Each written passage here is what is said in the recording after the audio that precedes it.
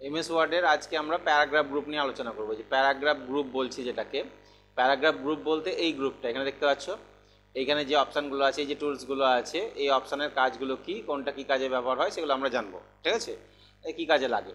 তো প্রথমে আমি এই নিচের এই একটা দুটো তিনটে চারটে অ্যালাইনমেন্টের কথা বলা হচ্ছে, এদিকে বলা হয় প্যারাগ্রাফ অ্যালাইনমেন্ট। ঠিক আছে, প্যারাগ্রাফ অ্যালাইনমেন্ট বলা হয়। তো প্যারাগ্রাফ অ্যালাইনমেন্ট চার প্রকারের আছে। লেফট অ্যালাইনমেন্ট, এর শর্টকাট কি হচ্ছে Ctrl+L। সেন্টার Ctrl+E, সেন্টারের জন্য হচ্ছে Ctrl+E শর্টকাট কি। ঠিক আছে, Ctrl+C-তে কী হয়, কপি হয়, আর এটা হচ্ছে Ctrl+E। ওকে, তারপরে আছে রাইট অ্যালাইনমেন্ট, রাইট মানে ডান দিকে Ctrl+R, আর জাস্টিফাই হচ্ছে Ctrl+J।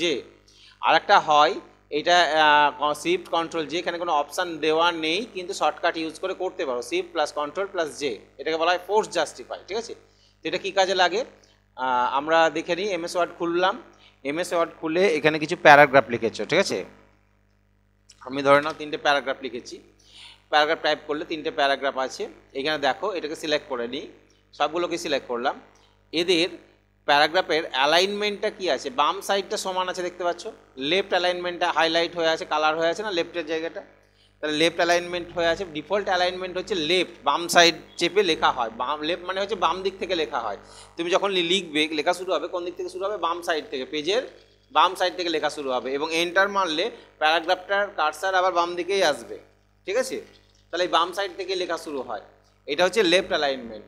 আর যদি সেন্টার অ্যালাইনমেন্টে ক্লিক করো তাহলে দেখো কার্সারটা একদম পেজের কোথায় আসলো, মিডিলে আসলো, একদম সেন্টারে আসলো।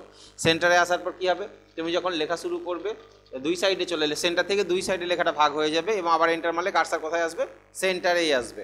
যখন লেখা শুরু করবে দেখো দুই সাইডে চলে আসবে। তো এই সেন্টারটা কখন প্রয়োজন পড়ে, তুমি পাতার ঠিক মিডিলে কিছু লিখতে চাইছো, আমরা হেডিং দিই না পাতার মিডিলে, তো ওই রকম হেডিং যদি লিখতে চাই তাহলে কি করবে, ওই সেন্টার অ্যালাইনমেন্টে ক্লিক করলে কার্সারটা মিডিলে চলে আসবে। ঠিক আছে, দিয়ে সেখান থেকে লেখা শুরু হবে। আর এটা কি আছে, রাইট, রাইট মানে লেখার পাতার কার্সারটা কোন দিকে আসবে, ডান সাইডে আসবে, ওইদিকে ডান দিক থেকে লেখা শুরু হবে। তুমি হয়তো লিখছো TAHIS, this is the computer academy. ঠিক আছে, এই যে ডান সাইড থেকে লেখা আছে, এন্টার মারবে, আবার দেখো কার্সার কোন দিকে আসবে, ডান সাইডে আসবে। ঠিক আছে, কার্সার এন্টার মারলে কোন দিকে চলে আসবে, ডান সাইডে চলে আসবে, অর্থাৎ ডান দিকটা সমান থাকবে, বাম দিকের লেখাগুলো সমান না হতেও পারে। এটা হচ্ছে রাইট অ্যালাইনমেন্ট। তাহলে আমরা তিনটে মেন অ্যালাইনমেন্ট পেলাম, যেটা হচ্ছে লেফট, সেন্টার এবং রাইট। আর একটা আছে জাস্টিফাই, এই পাশেরটা। এটা কি, জাস্টিফাই করলে লেফটেই হবে, লেখা কোন দিকে হবে, লেফটে হয়, লেফট থেকেই হয়, কিন্তু এর পার্থক্যটা আমরা বুঝতে পারবো না সাধারণত লেখার ক্ষেত্রে, এইখানে বুঝতে পারবে। লেখার অলরেডি প্যারাগ্রাফ লেখা হয়ে গেছে, এই তিনটে প্যারাগ্রাফ লিখে ফেলেছো, পরবর্তীতেও যদি তুমি অ্যালাইনমেন্ট চেঞ্জ করতে চাও সেটাও করতে পারবে। তা কীভাবে করবে, সিলেক্ট করে নেবে আমাদের এটা কোন অ্যালাইনমেন্ট আছে, লেফট, সেটা এটা দেখেই বুঝতে পারবে যে লেফট অ্যালাইনমেন্ট আছে, অথবা এটার চেহারা যদি দেখো যে বাম সাইডটা সমান আছে, ডান দিকটা কিন্তু লেখা সমান নেই। ঠিক আছে, কেন নেই, কারণ কোনো শব্দ আঁটেনি বলে নিচের লাইনে পাঠিয়ে দিয়েছে। এবার সেন্টার যদি করো তাহলে কি হবে, দেখো সেন্টার থেকে লেখাগুলো হয়ে যাবে, দুই সাইডে এলোমেলো হতে পারে। ঠিক আছে, রাইট যদি করে দাও তাহলে রাইট সাইডটা সমান হয়ে যাবে, রাইট সাইডটা সমান হয়ে যাবে, এই সাইড এলোমেলো হতে পারে। ঠিক আছে, মানে কিছুটা কম বেশি এরকম হতে পারে। তো এই অ্যালাইনমেন্টগুলোকে আমরা কি করতে পারি, চেঞ্জও করতে পারি। কীভাবে চেঞ্জ করব, এবার আমরা লেফট অ্যালাইনমেন্টে আসি একবার, তাহলে লেফটের পরে এবার জাস্টিফাই ক্লিক করো, দেখো দুই সাইড সমান হয়ে যাবে, তাহলে এই দিকটাও সমান হয়ে গেল, এই সাইডটাও কি হয়ে গেল, সমান হয়ে গেল। আর জাস্টিফাই করলে কি হয়, দুই সাইডই সমান হয়। সমানটা কি করে করলো, এটা করেছে স্পেস বাড়িয়ে দিল, মাঝে কিছু স্পেস ডেস দিয়ে সমান করে দিল। ঠিক আছে, তাহলে লেখা সুন্দর করতে গেলে পাতাতে আমরা দেখি যে পাতার লেখাগুলো যখন দুই সাইডে সমানই থাকে, অনেক সময় ম্যাক্সিমাম ক্ষেত্রে দেখি দুই সাইড সমান থাকে। কোনো একটা প্যারাগ্রাফ যদি ফলো করো তাহলে দেখবা এই সাইডও সমান আছে, আবার এই সাইডও সমান আছে। ঠিক আছে, তাহলে কি হয়, এটাকে জাস্টিফাই করে নিতে হয় অ্যালাইনমেন্ট, নাহলে কি হয়, লেফট থাকলে বাম সাইড সমান থাকবে, তোমার এইগুলো সমান না হতেও পারে। এইটা আরেকটা বলেছিলাম কি, ফোর্স জাস্টিফাই, এদের শর্টকাট কি হচ্ছে Ctrl+L, Ctrl+E, এটা মাথায় রাখবে, কারণ কন্ট্রোল সেন্টার মানে সি হয় অনেক সময়, কিন্তু Ctrl+C-তে কপি হয়, তাই এটাতে Ctrl+E দিয়েছে। Ctrl+R রাইট, আর Ctrl+J হচ্ছে জাস্টিফাই।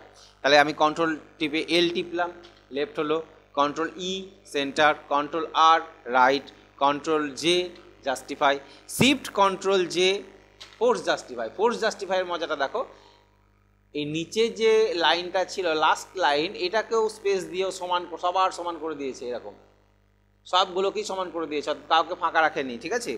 ফোর্স জাস্টিফাই, আমরা নর্মাল জাস্টিফাই করি, ফোর্স জাস্টিফাই এখানে কোনো অপশান নেই, শর্টকাটে করতে পারো। জাস্টিফাই করলাম, এই যে লাইনটা, এই লাইনটা তো এইটুকুটাই ছিল, তাই একেও এর সমান করে দিয়েছে। এদিকে যেমন স্পেস দিয়ে বাড়িয়ে বাড়িয়ে সমান করেছে, সেরকম একেও এতটাই স্পেস দিয়েছে যে এত দূর টেনে নিয়ে চলে এসছে, ঠিক আছে। এটাকে বলা হয় ফোর্স জাস্টিফাই। তাহলে ফোর্স জাস্টিফাই শর্টকাট কী হচ্ছে, শিফট কন্ট্রোল জে, এই যেটা, ঠিক আছে। তাহলে কন্ট্রোল এমনি নর্মালি কন্ট্রোল যেতে জাস্টিফাই, আর শিফট কন্ট্রোল যে হচ্ছে ফোর্স জাস্টিফাই। তাহলে এই 4 প্রকারের paragraph alignment, left, centre, right, justify mainly, ঠিক আছে। এটা এমএস ওয়ার্ড থেকে অনেক প্রশ্ন আসে যে এমএস ওয়ার্ডে কত প্রকারের প্যারাগ্রাফ অ্যালাইনমেন্ট আছে, সেটা উত্তর হবে কিন্তু 4 প্রকার, লেফট, সেন্টার, রাইট, জাস্টিফাই। এবং শর্টকাট কিগুলো বিশেষ করে সেন্টার অ্যালাইনমেন্টে শর্টকাট কিটা ম্যাক্সিমাম দেয়, ঠিক আছে। তো সেন্ট্রাল মানে কন্ট্রোল সি ভেবে নেয় অনেকে, সেটা কিন্তু কন্ট্রোল কী হবে, ই হবে, ঠিক আছে। পরবর্তী আমরা নিচে অপশান থেকে আছি, পরবর্তী একটা অপশান দেখতে পাচ্ছি, এই যে এইটা এইরকম, এর নাম কি দেওয়া আছে এখানে দেখতে পাচ্ছ, লাইন স্পেসিং।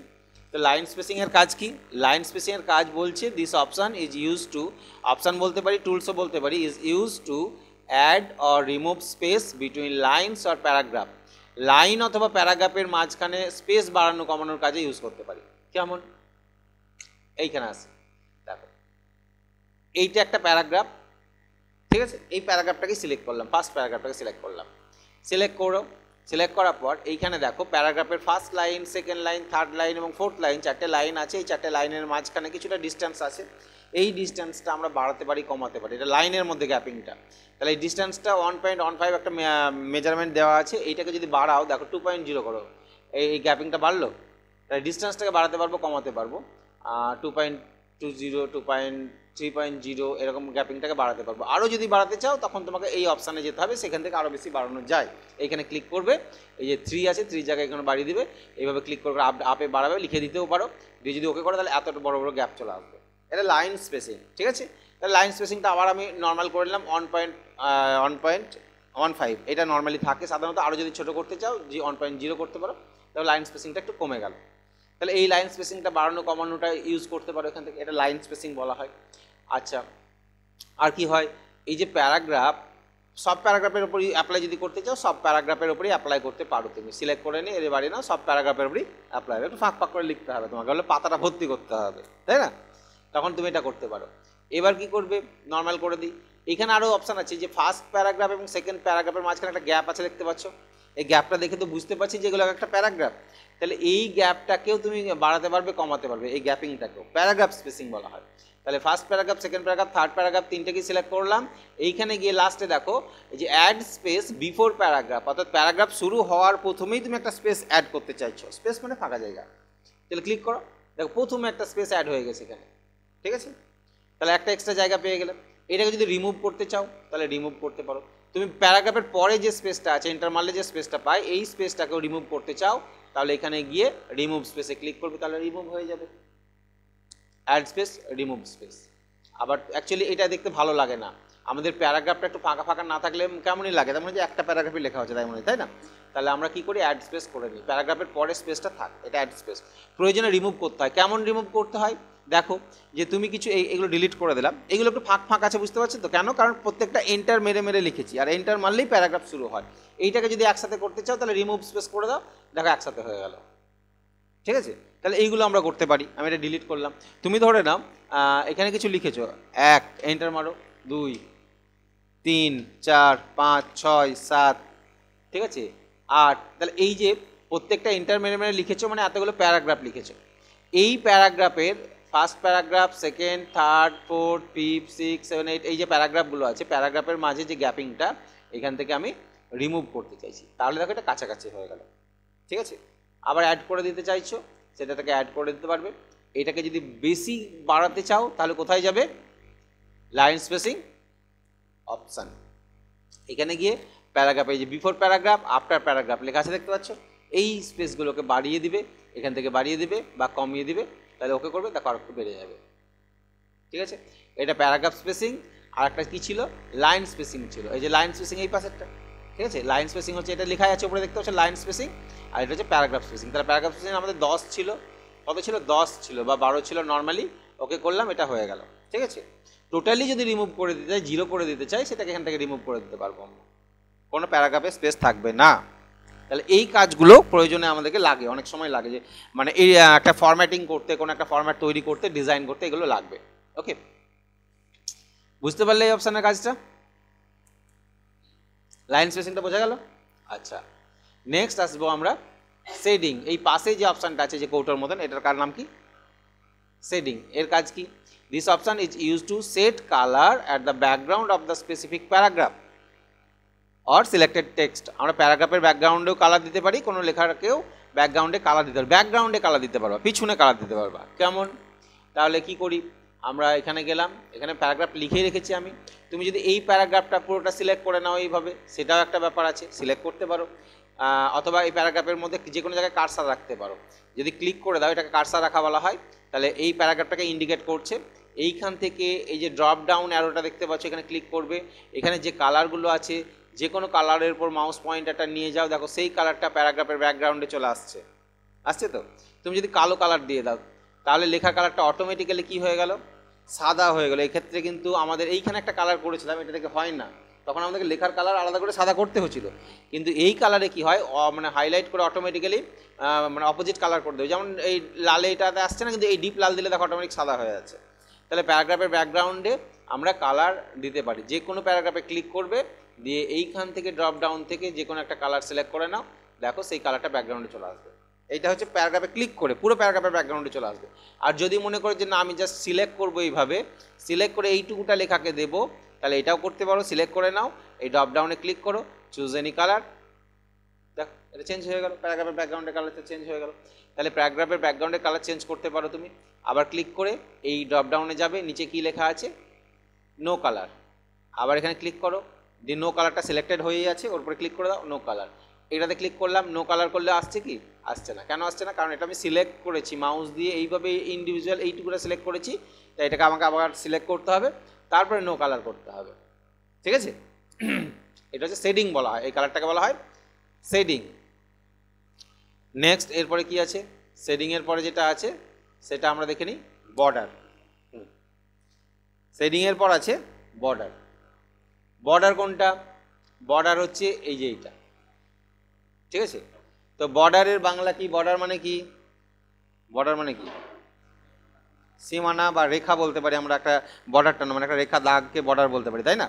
তাহলে এই বর্ডার আমরা পেজে বলতে লেখার উপর দিতে পারি, প্যারাগ্রাফের উপর দিতে পারি, পেজেরও দিতে পারি আমরা। ঠিক আছে? তো this option is use to set border at the selected text or paragraph. We can change the border style also. আমরা বর্ডারের স্টাইলও চেঞ্জ করতে পারি। স্টাইল চেঞ্জটা পরে দেখবো, আগে বর্ডার সেট করাটা দেখি আমরা। এই অপশানের সাহায্যে আমরা কি করতে পারি? বর্ডার সেট করতে পারি। কোথায় বর্ডার সেট করতে পারবো? সিলেক্ট করা লেখাতে অথবা প্যারাগ্রাফে। কিভাবে? প্রথমে যাই, ধরে নাও প্রথমত আমি ফার্স্ট প্যারাগ্রাফটাই তো ক্লিক করেছি, তুমি প্যারাগ্রাফটাকে পুরোটা এভাবে সিলেক্ট করে নিতেও পারো। ঠিক আছে? সে অনেক সময় এইভাবে সিলেক্ট করতে হয়, অনেক সময় প্যারাগ্রাফে কার্সার রাখলেও কাজ হয়। কিছু কিছু অপশান যেটা প্যারাগ্রাফের উপর অ্যাপ্লাই হবে, সেটা প্যারাগ্রাফে কার্সার রেখেও কাজ করা যায়। ঠিক আছে? ওকে, তাহলে ফার্স্ট প্যারাগ্রাফ কার্সার রেখেছি। বর্ডারে গিয়ে বর্ডারের আমরা এই ড্রপডাউনে ক্লিক করলে অনেক রকমের বর্ডার স্টাইল দেখতে পাবে। প্রথমে লেখা আছে বটম বর্ডার, তারপরে টপ বর্ডার, তারপরে লেখা আছে left border, right border, no border, all border, outside border, বিভিন্ন ধরনের বর্ডার দেখতে পাচ্ছি আমরা। তাহলে বটম মানে হচ্ছে নিচে, টপ মানে ওপরে, লেফট বাম সাইড, আর রাইট হচ্ছে ডান সাইড। বটম বর্ডারে যদি ক্লিক করো, তাহলে এই প্যারাগ্রাফের বটমে অর্থাৎ নিচে একটা বর্ডার আসবে, দেখো, বুঝা গেল? আবার একটা বর্ডার দিয়ে দিলে তারপরে যদি ভাবো না আমি টপেও দিব, তাহলে টপে ক্লিক করো, দুবার বর্ডার সেট করে দিলাম। তুমি চাইছো লেফটে দিব, বাম সাইডে দিয়ে দাও, এই সাইড ফাঁকা থেকে গেল। ডান সাইডেও দিয়ে দিব, তাহলে রাইটও দিলাম, তাহলে চারি সাইডে বর্ডার দিয়ে দিলাম। তাহলে এটা হচ্ছে একটা ঘিরে গেল, চারিদিক দিয়ে বর্ডারটা ঘিরে গেল। এইটাকে যদি আমরা বলি নো বর্ডার, তাহলে কি হবে? নো বর্ডার হয়ে যাবে। এবার একটা প্যারাগ্রাফকে ঘেরার জন্য 4 বার বর্ডার দিতে হলো, এটা আমার প্রয়োজন নেই, 4 বার দেওয়া দরকার নেই। তুমি যদি মনে করো একবারেই আমি আউটসাইড বর্ডার দেবো, আউটসাইড মানে ওর চারি সাইডে আসবে, একটা অল বর্ডার আছে, দুটোতেই একটু কাজ হয় একই, বা একটু আলাদা আছে, দেখে নিচ্ছি। আউটসাইডে ক্লিক করি, দেখো চারি সাইডে চলে এলো, তাহলে আমাকে বারবার আলাদা করে দেওয়ার দরকার নেই। ওইগুলো তোমার প্রয়োজনে যে আমি ওপরে দেবো, নিচে দেবো, বা ডানে দেবো, বামে দেবো, ঠিক আছে, আর অন্য কোথাও দেবো না, তখন এটা ইউজ করতে পারি। তাহলে অল আউটসাইড বর্ডার করলে আসছে নো বর্ডার করি। আচ্ছা অল বর্ডার করলে কি আসে দেখি, অল বর্ডার করলেও তো তাই আসছে, তাহলে আউটসাইডও যা অল বর্ডারও তা, তাই একই হচ্ছে। কিন্তু এই দুটোর মধ্যে পার্থক্য আছে। কি পার্থক্য আছে? যদি আমি 3টে প্যারাগ্রাফ একসাথে সিলেক্ট করে নিই, 3টে প্যারাগ্রাফকে একসাথে সিলেক্ট করে নিলাম, এবার এদের যদি আউটসাইড বর্ডার দিই তাহলে কি হচ্ছে দেখো, ওদের চারি সাইড দিয়ে বর্ডারটা আসছে, তাই না? কিন্তু এইটা যদি আউটসাইড না দিয়ে অল বর্ডার করতাম তাহলে দেখো প্রত্যেকটা প্যারাগ্রাফকে বর্ডার ঘিরে দিত। এইটা হচ্ছে অল বর্ডারের পার্থক্য। মানে এইখানে যে লোগোটা দেখতে পাচ্ছ অল বর্ডারের, বুঝতে পারছো যে 4 কোণা ছকছক করে দিয়েছে, তার মানে যতগুলো প্যারাগ্রাফ থাকবে প্রত্যেকটা প্যারাগ্রাফকে বর্ডারের মধ্যে রেখে দেবে। এইটা হচ্ছে অল বর্ডারের পার্থক্য। নো বর্ডার করলাম। এবার এইভাবে তুমি কোনো লেখাকে, তুমি যদি চাইছো যে এইটুকু লেখাকে সিলেক্ট করলাম, এই লেখাটাকে বর্ডার দিব, এই লেখাটাকেও সিলেক্ট করে তুমি আউটসাইড বর্ডার করো, দেখো এরকম আউটসাইড বর্ডার হয়ে যাবে। ঠিক আছে, এটাও করা যাবে। তাহলে এটাকে কি করলাম আমি আবার নো বর্ডার করলাম। এটা হচ্ছে লেখাকে সিলেক্ট করে করতে পারো তুমি। তুমি চাইছো যে না আমার ফার্স্ট এই সেকেন্ড লাইনটাকে সিলেক্ট করলাম, সেকেন্ড লাইনটাকে পুরোপুরি সিলেক্ট করে নিই, সিলেক্ট করে নিয়ে আমি এই লাইনটাকে বর্ডারের মধ্যে রাখতে চাইছি, এখানে যাব আউটসাইড বর্ডার দিয়ে দেবো, তাহলে এটা পুরোটা ঘিরে যাবে। ঠিক আছে, এইভাবে বর্ডার তুমি যেখানে খুশি সেট করতে পারো। বর্ডার সেট হলো। এবার আসছি আমরা যে বর্ডারের স্টাইলটা সিম্পল একটা দাগের মতন আসছে, এরকম দাগ না দিয়ে আমি অন্যরকম স্টাইল করতে চাইছি, তাহলে কি করে করবে? তাহলে আগে স্টাইল তোমাকে চেঞ্জ করে নিতে হবে, তারপরে বর্ডারটা অ্যাপ্লাই করতে হবে। প্রথমে স্টাইল চেঞ্জ করে নেবে। ঠিক আছে, তাহলে প্রথমে স্টাইলটা কীভাবে চেঞ্জ করব, এইখানে তোমাদের আমি স্টেপে লিখে দিয়েছি, দেখবে ফলো করবে। এই যে step to change border style, কী করে চেঞ্জ করতে হয়। প্রথমে click on the drop down arrow of border, বর্ডারের ড্রপ ডাউন অ্যারোতে ক্লিক করবে। ড্রপ ডাউন অ্যারো কোনটা? এই যে তীর চিহ্ন দেখতে পাচ্ছ, এটাকে ড্রপ ডাউন অ্যারো বলা হয়, এইটাতে ক্লিক করবে। তারপরে কোথায় ক্লিক করবে? ক্লিক বর্ডার্স অ্যান্ড শেডিং, এই অপশানটাতে ক্লিক করবে। বর্ডার্স অ্যান্ড শেডিং কোথায় আছে? সব লাস্টে আছে, দেখো সব নিচে আছে না, বর্ডার্স অ্যান্ড শেডিং, এখানে ক্লিক করবে।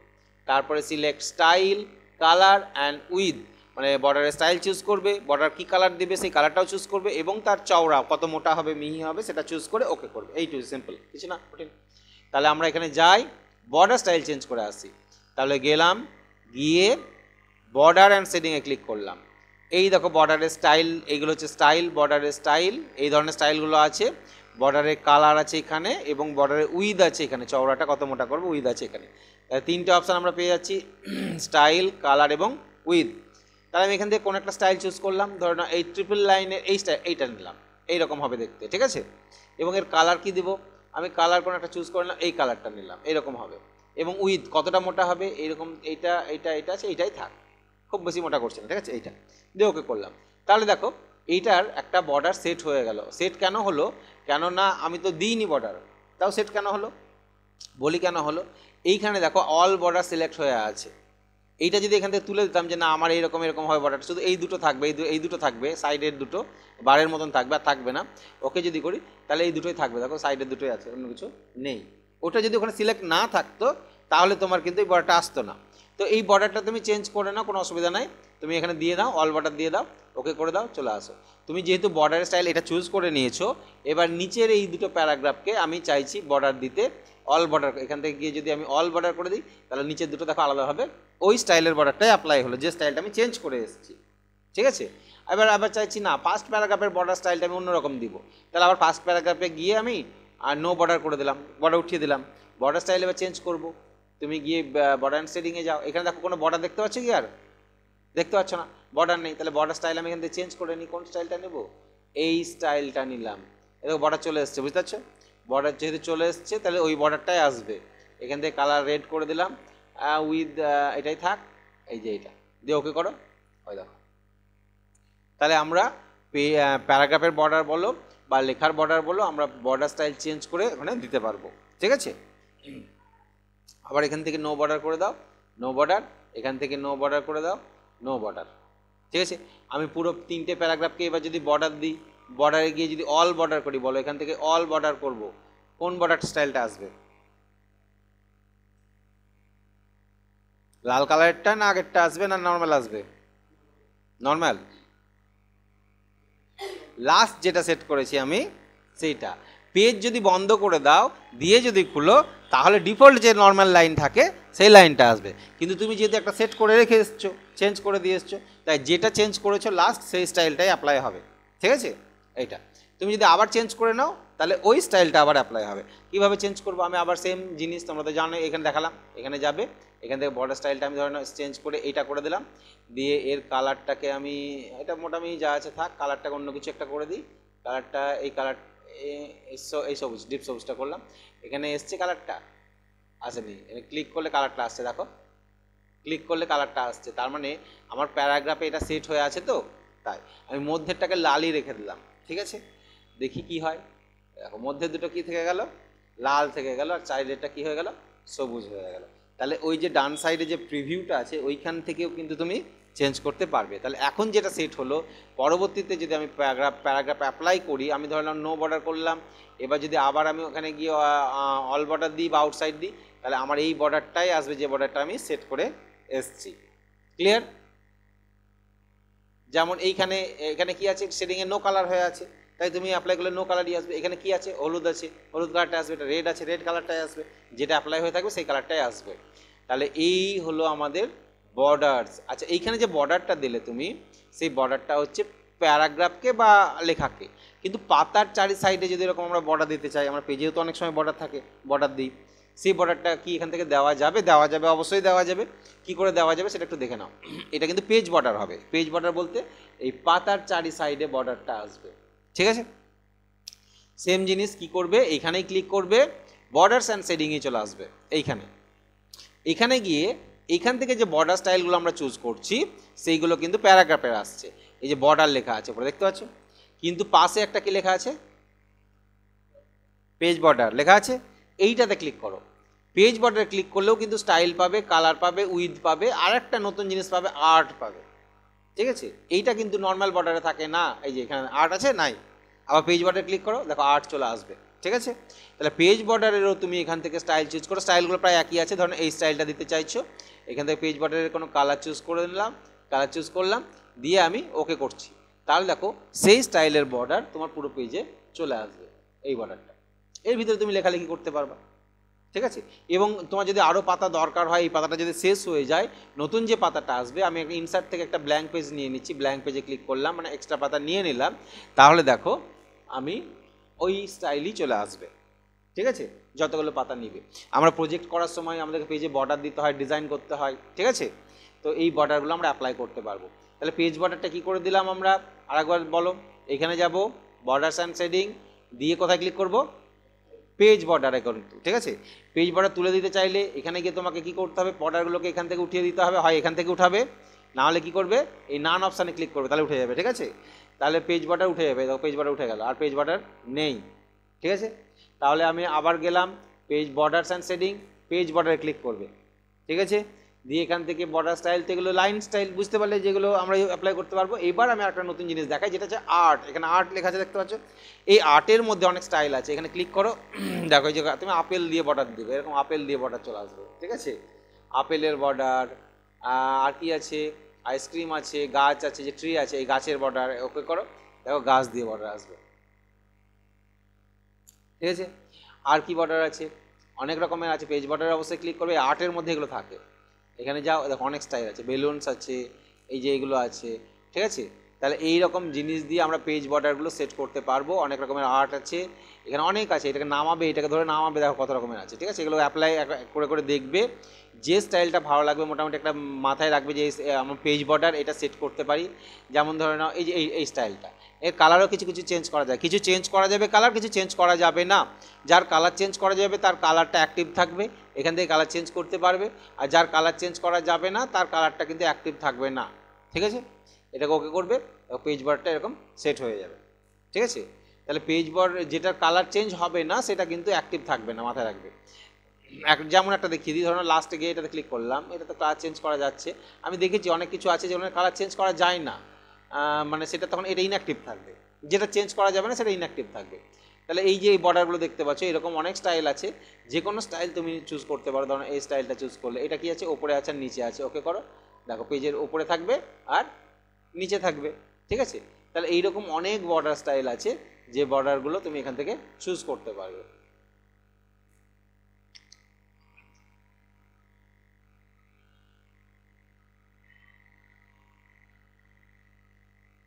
প্রচুর আছে, বাড়ি ঘরও আছে।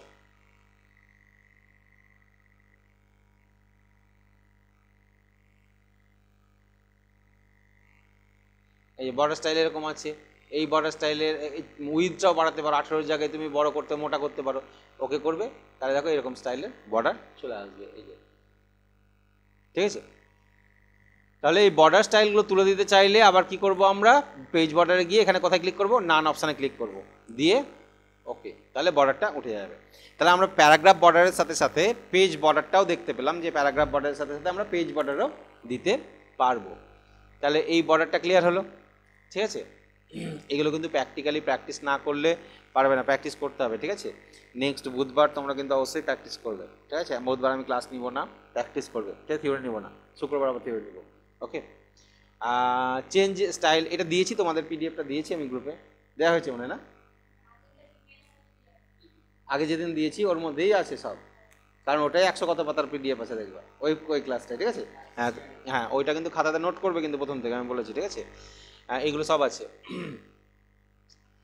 Next step to change border style, ঠিক আছে। বর্ডার স্টাইল চেঞ্জ করার জন্য কি করব, ওইটা তো করলাম তাই না। এবার আমরা করব কি, বুলেটস। এবার উপরে চলে আসি, এই নিচের অপশানগুলো হয়ে গেল, এবার উপরে এই দিক থেকে চলে আসি, উপরের এই কটা, এখানে যে bullets, numbering, multi level list, এটা ইন্ডেন্টেশন বলা হয়, শর্ট বলা হয়, আর একটা শো অ্যান্ড হাইড আছে, ঠিক আছে। আচ্ছা, বুলেট এই গোল গোল করে দাগ, একটা গোল একটা দাগ, গোল দিয়ে একটা দাগ, এই যে চিহ্নটা, এটাকে বুলেটস বলা হয়, ঠিক আছে, বুলেটস। এই অপশানের কাজ কি, this option use to set symbol at the beginning of each paragraph. Paragraph মানে এন্টার মারলে তো প্যারাগ্রাফ শুরু হয়, তাহলে তোমার প্রতিটা প্যারাগ্রাফের আগে যদি কোনো সিম্বল সেট করতে চাও তবে তুমি এই বুলেটসটাকে ইউজ করতে পারো। একটা সিম্বল মানে যে চিহ্ন, যে কোনো চিহ্ন, অনেক ধরনের চিহ্ন আছে, তার মধ্যে থেকে যে কোনো চিহ্নকে তুমি ইউজ করতে পারো তোমার প্যারাগ্রাফের প্রথমে। কি করে, কেমন চিহ্ন, প্রথমে যাই, ধরে নাও এগুলো আমি ডিলিট করে দিলাম, লেখাটা আমি ডিলিট করে দিই প্রথমত, কার্সারটা একটু বড় করি, সাইজটা বড় করলাম, বুলেটসে ক্লিক করলাম, ক্লিক করো on the body of bullets, click করো, দেখো একটা চিহ্ন, গোল চিহ্ন চলে আসছে। এবার এখানে তুমি কিছু টাইপ করবে, টাইপ করার পর এন্টার যখনই মারবে কিবোর্ড থেকে এন্টার, তখনই কিন্তু ওই চিহ্নটা আবার চলে আসবে, অর্থাৎ তোমার পয়েন্ট লেখার জন্য আমি 5টা পয়েন্ট লিখবো, এইরকম একটা চিহ্ন ইউজ করতে চাইছি, যখন এন্টার মারবে তখনই আসবে, এন্টার না মারলে কিন্তু এটা আসবে না, বুঝতে পেরেছো। এন্টার মানে একটা নতুন প্যারাগ্রাফ কিবোর্ডের, এন্টার, ঠিক আছে। এবার 3টে পয়েন্ট হয়ে গেছে, আর এইটার দরকার নেই, তাহলে উঠাবে কি করে একে, না, আবার এন্টার মেরে দেবে, ক্লিক করে দাও, এরপরে ক্লিক করে দিই, হ্যাঁ এটা একটা হলো, ক্লিক করে দিলে উঠে যাবে, ঠিক আছে। আরেকটা অপশান ছিল যেটা হচ্ছে আরেকটা এন্টার মেরে দেবো কিবোর্ড থেকে, তাহলে এ উঠে যাবে অটোমেটিক, তাহলে উঠে গেছে, কারণ ওটা অ্যাক্টিভ ছিল। তাহলে এইটা নর্মালি বুলেট নেওয়ার ব্যাপারটা বুঝতে পারলে, just on the body click করবো, তাহলে বুলেট চলে আসবে, এবং আবার ক্লিক করলে এটা উঠে যাবে, ঠিক আছে, এন্টার মারলে ওটা চলে যায়। এখন আসছি যে এই বুলেটের চিহ্নটা আমার পছন্দ না, আমি যে চিহ্নটা দেবো সেটা আমি আমার মতন আলাদা একটা চিহ্ন দিতে চাইছি। তাহলে how to define new symbol, নতুন সিম্বল কী করে ডিফাইন করবে, এখানে লেখা আছে দেখো, how to define new bullets, ঠিক আছে। এখানে কিছু বুলেটস দেওয়া আছে, তার বাইরেও তুমি নিতে পারো, দেখি কিছু বুলেটস দেওয়া আছে, দেখো আমরা বুলেটের ওপরে ক্লিক করলে গোল গোল চিহ্নটা চলে আসছে, কিন্তু বুলেটের ড্রপ ডাউনে যখন ক্লিক করবে, যে ড্রপ ডাউন তীর চিহ্ন, হ্যাঁ এইখানে যখনই ক্লিক করবে দেখো কিছু চিহ্ন দেখতে পাচ্ছ, আমরা এই চিহ্নগুলো দেখতে পাচ্ছ, এই চিহ্নগুলো হচ্ছে রিসেন্টলি ইউজ করেছি আমি, তাই এই চিহ্নগুলো তুমি দেখতে পাচ্ছ। যে মেশিনে ইউজ করেনি কেউ, তাদের এই চিহ্নগুলো থাকবে না, ঠিক আছে। নর্মালি ওই যে এই চিহ্নটা থাকবে, বা দু একটা আলাদা কিছু থাকতে পারে, যারা যারা ইউজ করেছে তাদেরগুলো রিসেন্ট এতে থাকে অ্যাক্টিভিটিসে, তাহলে রিসেন্টলি লাইব্রেরিতে এগুলো আছে, তাহলে এই চিহ্নগুলো ইউজ করতে পারে। এইগুলো যদি না থাকে তাহলে নিয়ে আসবে কি করে, যেমন ধরো এই চিহ্নটা আমি চাইছি যে ঘড়ির মতন এইটা, তাহলে এইটাতে যদি ক্লিক করি, তাহলে এবার আমি প্যারাগ্রাফ টাইপ করবো, যতগুলো এন্টার মারবো দেখো সেই চিহ্নটা চলে আসছে, তাই না। ওকে, এবার আমি ওই চিহ্নটা নিজের ইচ্ছা মতন ডিফাইন কী করে করবো, এইটা এখানে লেখা আছে দেখো, অ্যারোতে ক্লিক করবে, বুলেটসের অ্যারোতে ক্লিক করো, ডিফাইন নিউ বুলেটস বলে একটা অপশান পাবে, ডিফাইন নিউ বুলেটস এই অপশানটা পাবে, তার মধ্যে সিম্বল বলে একটা বাটন পাবে, সেখানে ক্লিক করার পর তুমি অনেক সিম্বল দেখতে পাবে, সেখান থেকে যে কোনো সিম্বল চুজ করবে, দিয়ে ওকে বাটনে ক্লিক করবে একবার, আবার একটা উইন্ডো আসবে, ওখানেও আবার একটা ওকে বাটনে ক্লিক করবে, দুবার ওকে করলেই তোমার ওটা সেট হয়ে যাবে, ঠিক আছে। তাহলে আমরা এটা একটা সেট করে দেখে নিই। তাহলে প্রথমে বুলেটসের ড্রপ ডাউনে ক্লিক করলাম, এবার কোন অপশানে যাব বললাম, ডিফাইন নিউ বুলেট, ক্লিক করলাম, এইখানে কোথায় ক্লিক করব, সিম্বল পিকচার ফন্ট, কোনটাতে ক্লিক করব, সিম্বলে ক্লিক করব, তাহলে সিম্বলে ক্লিক করলাম, এই দেখো সিম্বল দেখতে পাচ্ছ অনেক রকম, এইটাকে উঠাও, আরও আছে, এই যে অনেক সিম্বল দেখতে পাচ্ছি। এই সিম্বলগুলো চেঞ্জ করবো কী করে? এইখানে দেখো ফন্টের নাম দেখতে হচ্ছে FONT, উইন্ডিংস এই নামটা লেখা আছে W দিয়ে, উইন্ডিংস এইখানে যাও, W দিয়ে নামগুলো দেখবা, OW দিয়ে লাস্টে তার উইন্ডিংস, ওয়েবডিংস, WW, এই যে উইন্ডিংস 2 আছে, 2 এর মধ্যে এতগুলো সিম্বল আছে, ঠিক আছে, উইন্ডিংস 2, তারপরে উইন্ডিংস 3, উইন্ডিংস 3 এর মধ্যে এতগুলো সিম্বল আছে, অ্যারো চিহ্নগুলো আছে, তারপরে নর্মালি উইন্ডিংসের মধ্যে এই চিহ্নগুলো আছে, একটা ওয়েব বলে একটা আছে, ওয়েবডিংস, দেখি আছে কিনা কোথায়, এই ওয়েবডিংস, ওয়েবডিংসের মধ্যে এই চিহ্নগুলো আছে। তাহলে উইন্ডিংস, ওয়েবডিংস এইরকম যে এখানে সব ফন্টগুলোর মধ্যে ABCD এগুলো সব লেখা থাকে, এই WD এর মধ্যে বিভিন্ন রকমের চিহ্ন পাই আমরা, ঠিক আছে, এইগুলোর মধ্যে। তাহলে এই চিহ্নগুলোকে তুমি ইউজ করতে পারবে অ্যাজ এ সিম্বল। এখান থেকে কোন চিহ্নটা দরকার, এখান থেকে ধরনের কোন সিম্বলটা দরকার, এইটা এখানে এই পাখির এই পায়রা সিম্বলটা আমার দরকার, যদি প্রয়োজন হয় এটাকে, তাহলে এটাকে ওকে করলাম একবার, আর একবার কী করতে হবে এখানে ওকে, তাহলে তো পায়রা সিম্বলটা চলে আসবে। এবার তুমি যতগুলো প্যারাগ্রাফ ইউজ করবে চলে আসবে, আবার একটা এন্টার মারো চলে যাবে, এবং এখানে গিয়ে দেখবে এই সিম্বলটা এই তোমার এই লিস্টে চলে আসছে, পায়রা সিম্বলটা এখানে চলে আসবে, এই দেখো চলে আসছে, এই যে রিসেন্টলি ইউজ করলাম এখানে চলে আসছে, যে 3টে ইউজ করলাম তারা এখানে ঢুকে গেছে। তাহলে এই সিম্বলগুলো এখানে ইউজ করতে পারবে। বোঝা গেল কীভাবে করলাম? আর একবার দেখে নিই। বুলেটসের ড্রপডাউনে যাব, ডিফাইন নিউ বুলেটসে ক্লিক করব, সিম্বলে ক্লিক করব, এইখান থেকে যে কোনো সিম্বল, যদি সিম্বলগুলো না দেখতে পাই, সাপোজ ধরো না তোমার এইরকম কিছু চুজ করা আছে, তুমি ABC এইগুলো দেখতে পাচ্ছ, এইরকম কিছু দেখতে পাচ্ছ, তখন কি করবে? এই ফন্টের নামের ড্রপডাউনে ক্লিক করবে, দিয়ে কোথায় আসবে? W দিয়ে যে নামটা আছে উইন্ডিংস, ওয়েবডিংস এইগুলো নিয়ে আসবে, তবে তুমি দেখতে পাবে, ঠিক আছে। এইটাতে যে এখান থেকে যে সিম্বলটা পছন্দ সেই সিম্বলের পর তোমার যদি এই তীর চিহ্নটা পছন্দ হয়, যে আমার এই তীর চিহ্নটা দেবো পয়েন্ট, ঠিক আছে, এইটা, তাহলে বা এইরকম ধরনের এই চিহ্নটা, টিক চিহ্নটা ওকে করবে, আবার ওকে করবে, তাহলে সেই চিহ্নটা চলে আসবে, এন্টার এন্টার এন্টার এন্টার, আর দরকার নেই, এন্টার এন্টার, ঠিক আছে। তাহলে এই বুলেটসের এই সিম্বলগুলো আমরা ইউজ করতে পারি আলাদাভাবে। বুলেট বোঝা গেল? Bullets is use to set symbol beginning of each paragraph, প্যারাগ্রাফের প্রথমেই তোমার একটা সিম্বল তুমি ইউজ করতে পারবে। আমরা কোনো নোটস লিখছি তার পয়েন্ট করার জন্য এটাকে ইউজ করতে পারবো। কন্ট্রোলে ডিলিট। বুলেটসের পরে এবার আমরা যেটা করব সেটাকে বলা হয় নাম্বারিং, ঠিক আছে। তাহলে নাম্বারিংয়ে কী হতে পারে বলো? বুলেটসে তো সিম্বল চলে আসছে, নাম্বারিংয়ে কী আসবে? নাম্বার আসবে, নাম্বার চলে আসবে। এবার যদি ক্লিক করি তো কোন নাম্বার আছে? 1 এলো, ক্লিক করলাম কত এলো? 1 এলো। আচ্ছা আমি এখানে একটু সাইজটা বড় করে নিই, এবার ক্লিক করলাম কত এলো? 1 এলো। এবার 1 লেখার পর আমি কিছু একটা প্রশ্ন লিখলাম, এন্টার মারলে কত আসছে? 2 চলে আসে। এক্ষেত্রে কিন্তু সিম্বলে কিন্তু একই সিম্বলই বারবার আসে, কিন্তু নাম্বারিংয়ের ক্ষেত্রে কী হয়? র্যান্ডম নাম্বার আসে। 2 এর পর এন্টার মারবে অটোমেটিক কী চলে আসবে? 3, 4, 5, আর দরকার নেই, এন্টার মারো চলে যাবে। আমরা কোশ্চেন টাইপের জন্য এগুলো ইউজ করতে পারি, কোশ্চেন লেখার জন্য এগুলোকে আমরা ইউজ করতে পারবো, ঠিক আছে। এটা র্যান্ডম নাম্বার জেনারেট হয়। এখানে যাই দেখো নাম্বারিংয়ে কী হয়, we can set random number at the beginning of each paragraph. Random number মানে কি 1, 2, 3, 4 এইভাবে ইউজ হয়। তুমি কোশ্চেন টাইপ করবে, যেমন দেখো what is computer, what is memory, how many types of memory, এই যে কোশ্চেনগুলো আমি টাইপ করেছি, তুমি হয়তো কোশ্চেন টাইপ করবে, তাহলে নাম্বারিংয়ে ক্লিক করবে, এন্টার মারবে, 2, 3, 4 করে পরপর চলে আসবে, তাহলে তোমাকে আর কষ্ট করে লিখতে হবে না নাম্বারগুলো, ঠিক আছে। এটা হচ্ছে নাম্বারিং। নাম্বারিংয়ের আবার লেভেল তৈরি করা যায়। নাম্বারিংয়ে যেমন ফার্স্ট লেভেল থেকে সেকেন্ড লেভেল যদি যেতে চাও, কিবোর্ড থেকে ট্যাব প্রেস করতে হয়। সেকেন্ড লেভেল থেকে আর ফার্স্ট লেভেলে ফেরত আসতে চাইলে এন্টার বা শিফট ট্যাব প্রেস করতে হয়। এইটা আমার এইখানে কাজ করছে না মনে হয়, দেখে নিই হচ্ছে কি না।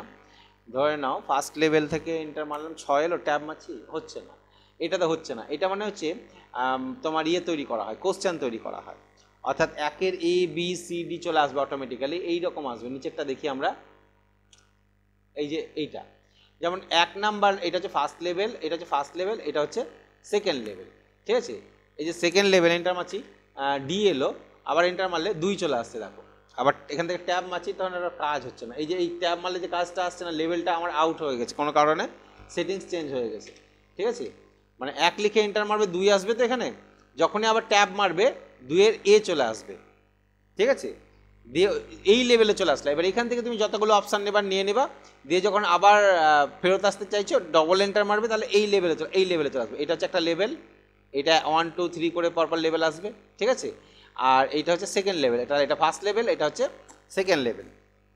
এই লেভেলে যদি আসতে চাও, ফার্স্ট লেভেল থেকে সেকেন্ড লেভেল আসতে গেলে কিবোর্ড থেকে কোন সুইচটা টিপতে হবে তোমাকে, কিবোর্ড থেকে যে সুইচটা টিপতে হবে সেটা হচ্ছে ট্যাব। আর ফেরত আসার জন্য তুমি সেকেন্ড লেভেলে আছো, এবার তুমি 2 নাম্বার লেভেলে আছো, অর্থাৎ এই লেভেলে আছো। এখান থেকে যখন ফেরত আসবা, যেমন 2 নাম্বার সি এর পর ডি চলে এলো, এখান থেকে ফেরত আসবো এই লেভেলে, তাহলে এন্টার মারি, দেখো এটা অটোমেটিক কী হয়ে গেল, হ্যাঁ, আর পরের অপশানটা কী হয়ে গেল, 3 হয়ে গেল, ঠিক আছে। এটা তাহলে এই ফার্স্ট লেভেল থেকে সেকেন্ড লেভেল এন্টার মেরে আমরা চলে আসতে পারি, অথবা শিফট ট্যাবে আসতে পারি। কিন্তু আমার একটা প্রবলেম হচ্ছে, যেটা হচ্ছে এইখানে ট্যাব মারলে এই এমএস ওয়ার্ড যে সফটওয়্যারটা, এই সফটওয়্যারটারই কিছু সেটিংস চেঞ্জ হয়েছে, যে কারণে প্রবলেমটা হচ্ছে, ঠিক আছে।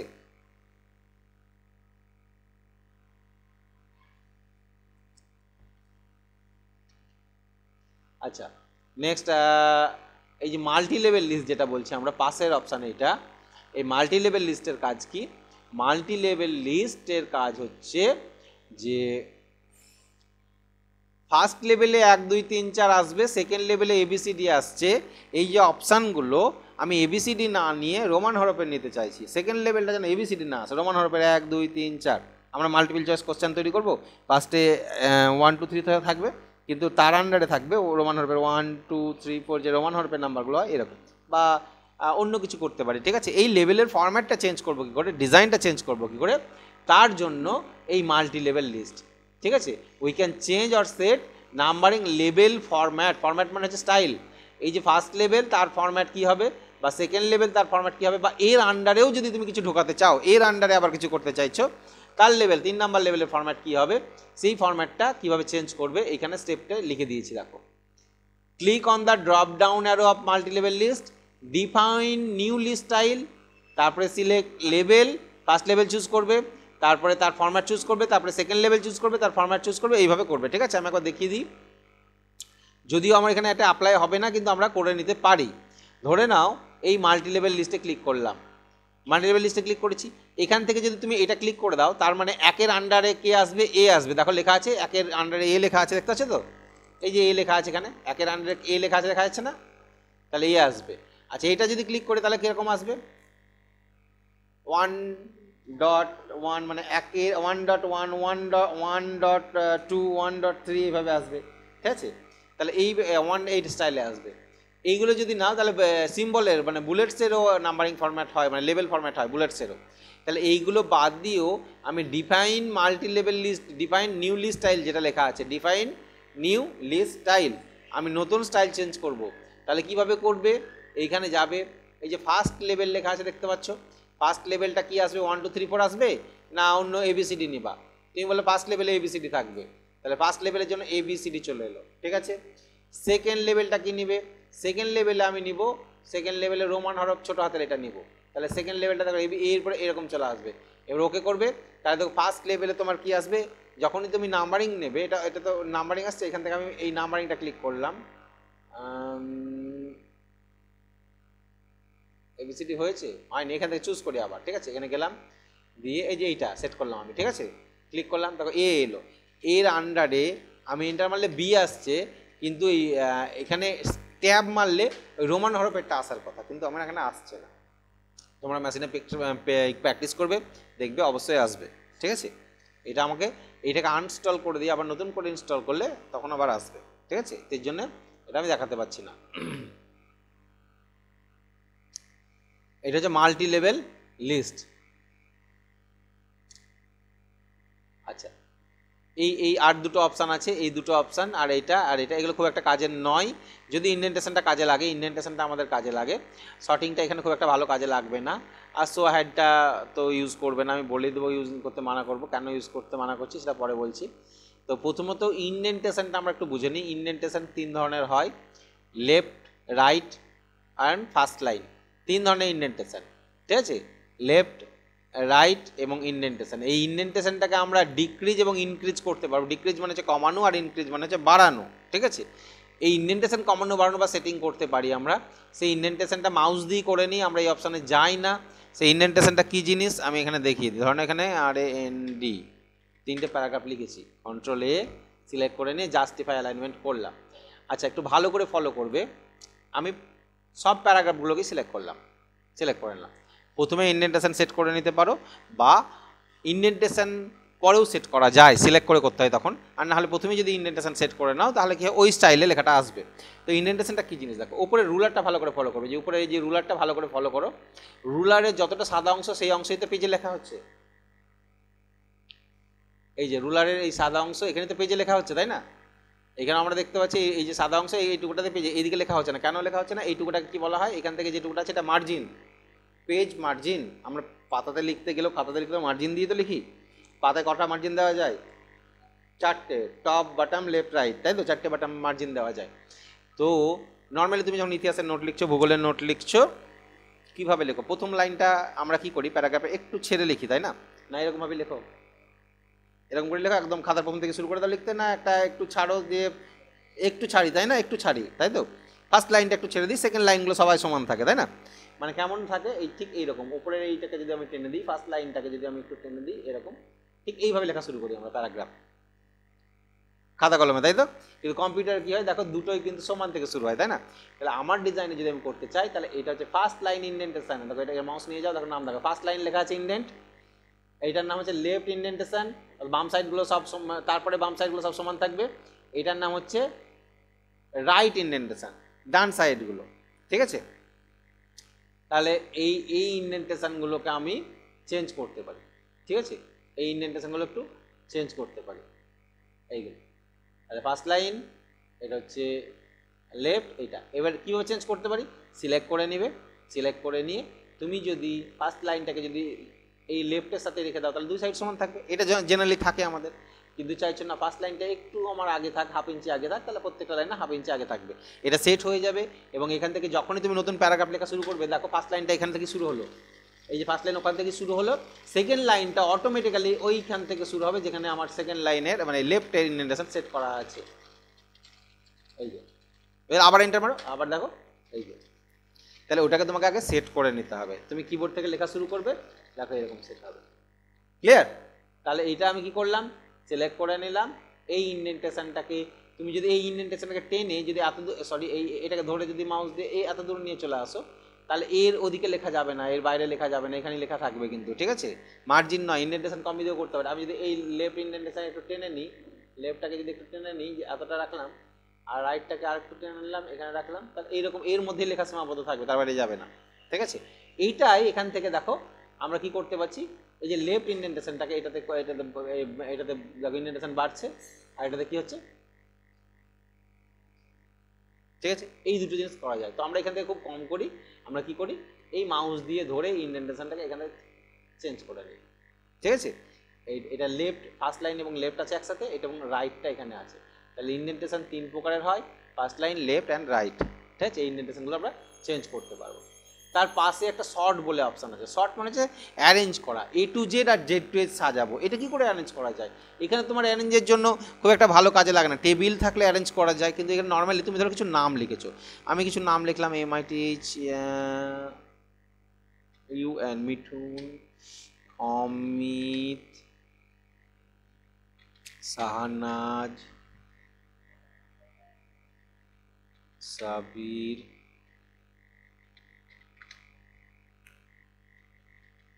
বুবাই, চঞ্চল,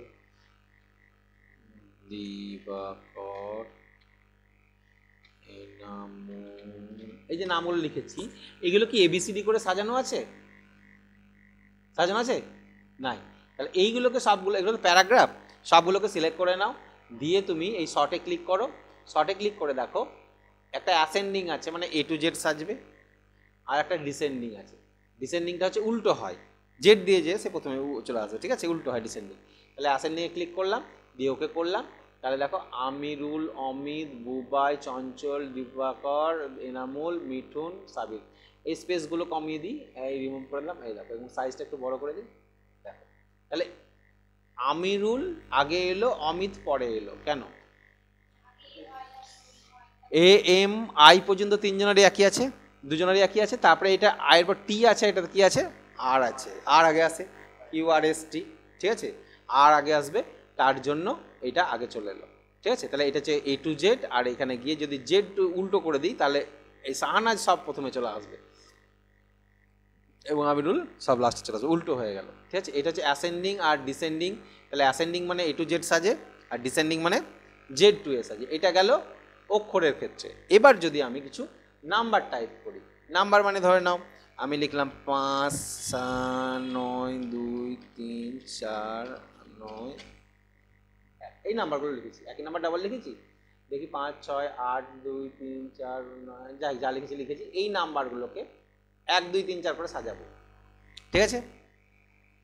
তাহলে বলো কি করতে হবে আমাদেরকে, অ্যাসেন্ডিং না ডিসেন্ডিং?